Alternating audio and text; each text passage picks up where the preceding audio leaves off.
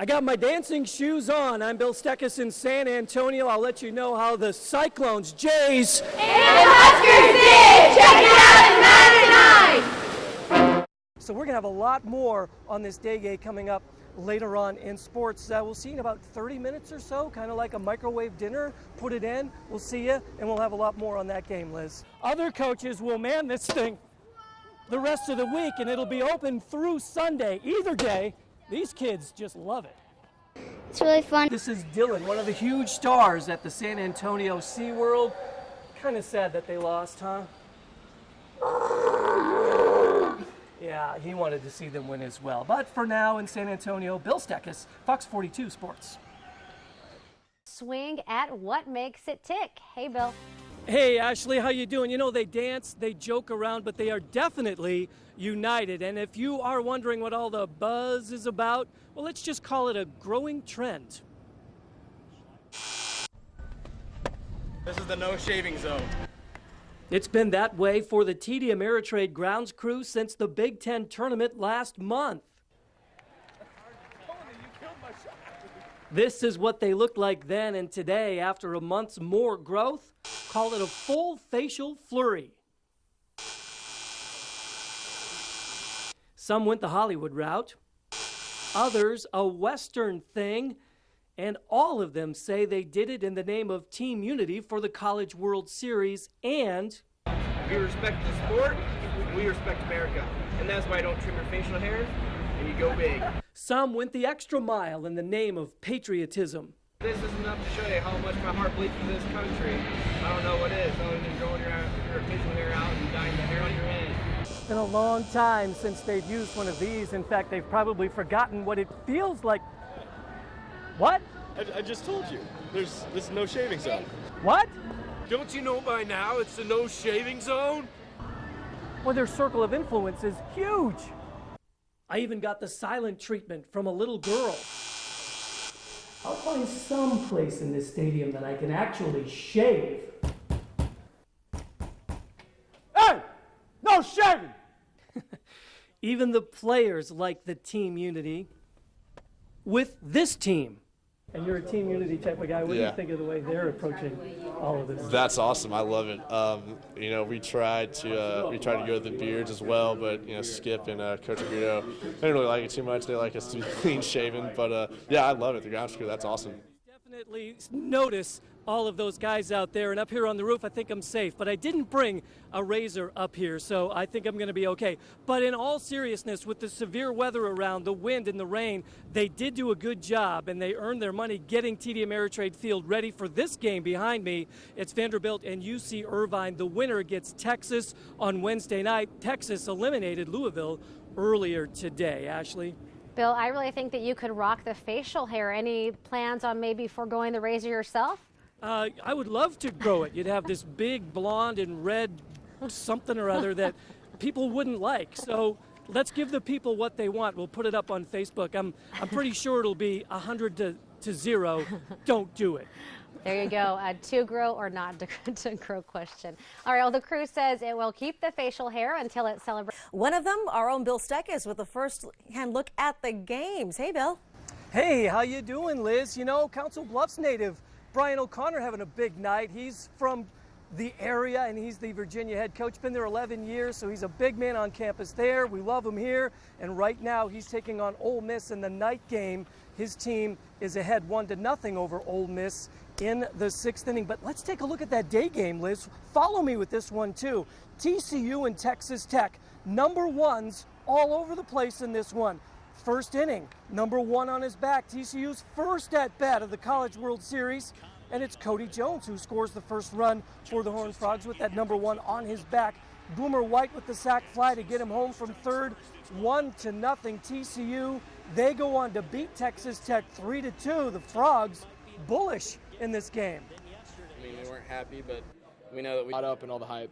TCU will play the winner of the Virginia-Ole Miss game on Tuesday in the winner's bracket. And Liz, it is entirely important to get into that winner's bracket. It's what TCU did today. It's what UC Irvine did yesterday. So we're going to have a lot more on this day game coming up later on in sports. We'll see you in about 30 minutes or so, kind of like a microwave dinner. Put it in, we'll see you, and we'll have a lot more on that game, Liz. In some cases, you finish your dinner within that half hour, right? Thanks so much, Bill. We'll see you in a bit. In here, Bill, plenty of people going through those turnstiles today, I know.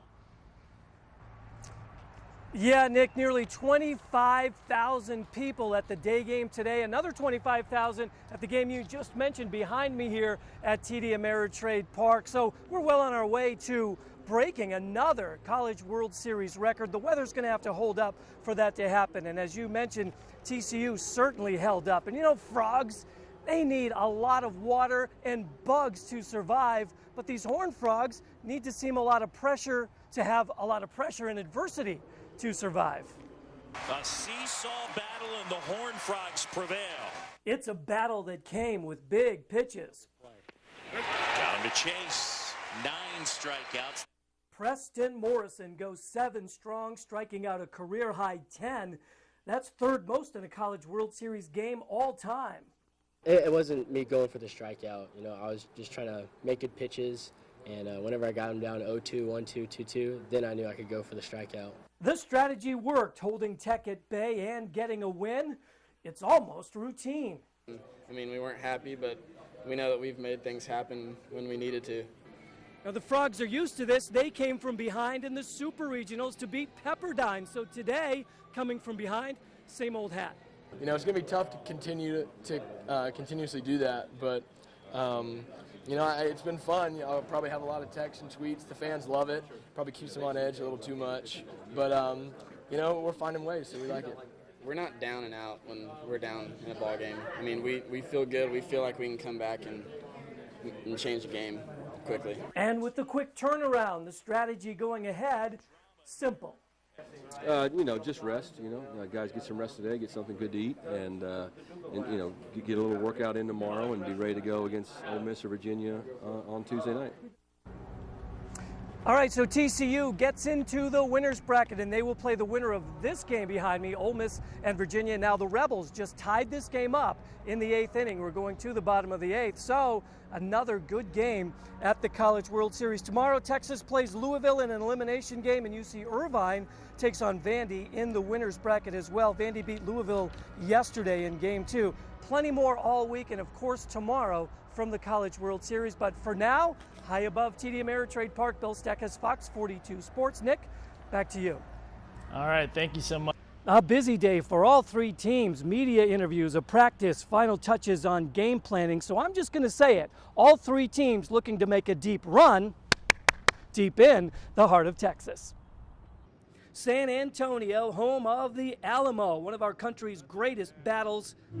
Each of you. 2 movies, including the 2004 epic, depicted the history. We'll lick 'em like fine salt. And fittingly, it's that kind of fight all three teams look to take into Friday's games. We got to be really tough, mentally tough. It's going to be a physical game. We got to be more mentally tough than physical. We got to out tough our opponent. You know, it's all about being tougher than your opponent. We prepped for it, and you know, we're on the last final step as our shoot around here, and we're getting ready to go. And I think that, you know, we're ready to lace them up and get going with it.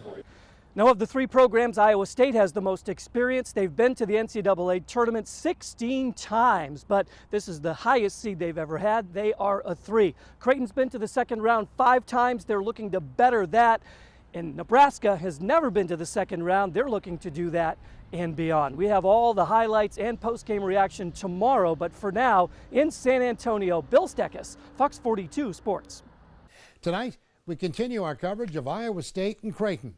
Fox 42's Bill Steckis is in San Antonio for a day that isn't turning out how Creighton fans plan. Bill?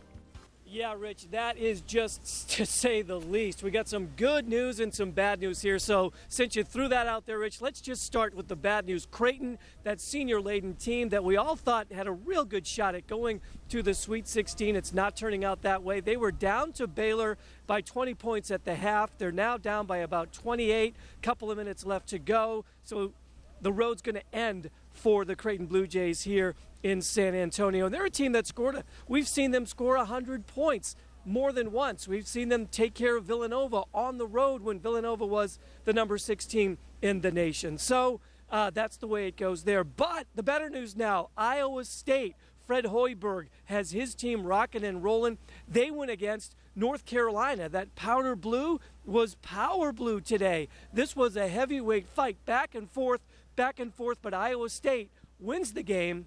They advanced to the Sweet 16, and when I walked into the locker room, it was elation. Yeah, I mean, basketball is a game of more urgency to come back in the game.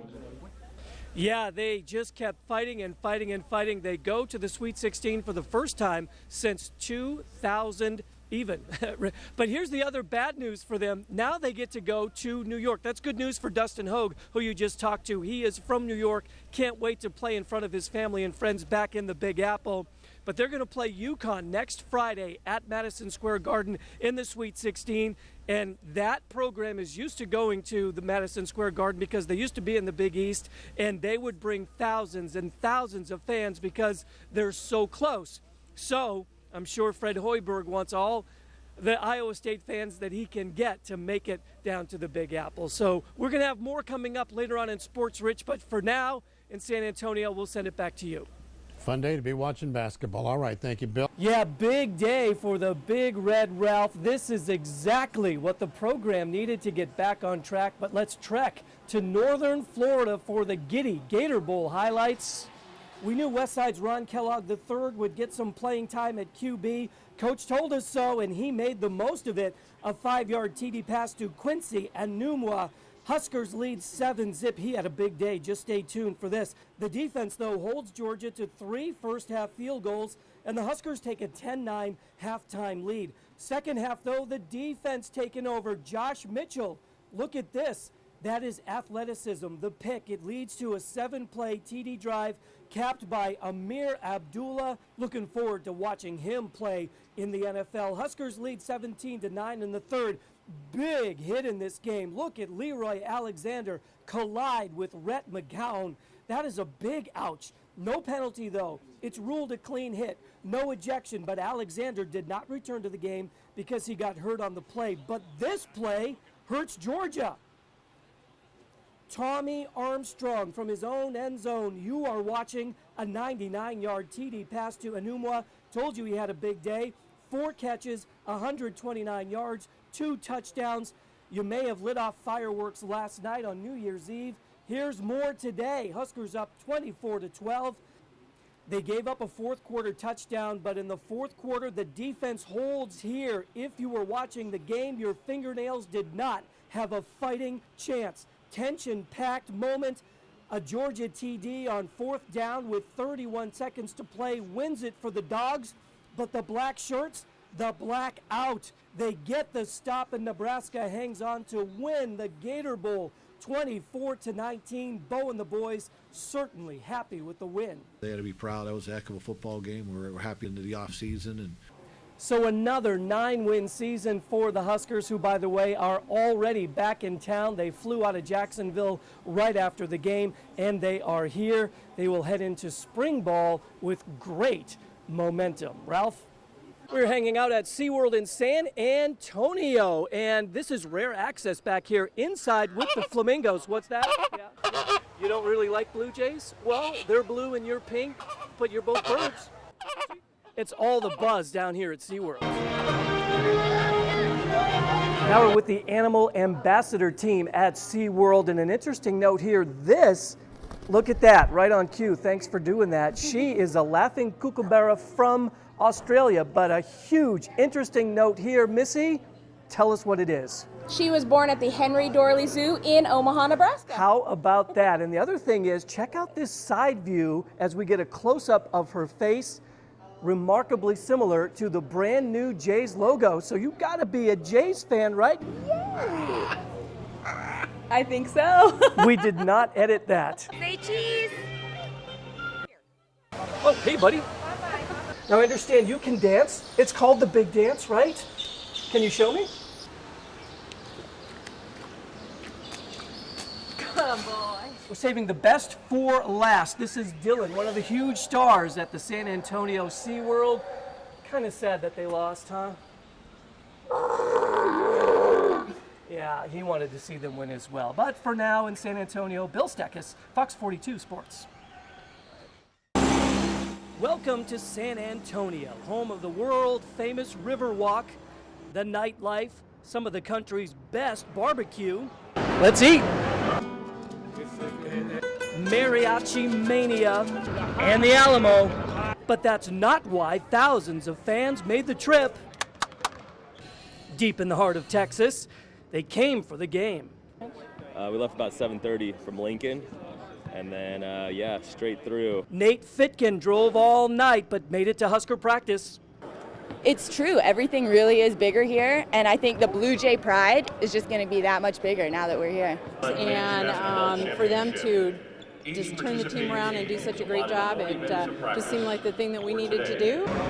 For Iowa State, it was family time for the Swansons. 14 and a half hours of family bliss in the Ford Fusion.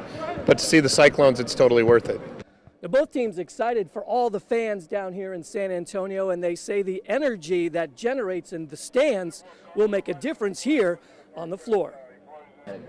Husker Nation's with you through thick and thin, and I mean, like I can't even say like how big of a deal they are because words don't describe that. It says, you know, it's just awesome talks about how well our fans travel and how well they support us, and it's just unbelievable. Worth it to see the nightlife and the atmosphere. We even wrote a ditty. Well, call it a MIDI, a mariachi ditty. The great Blue Jays are sure to love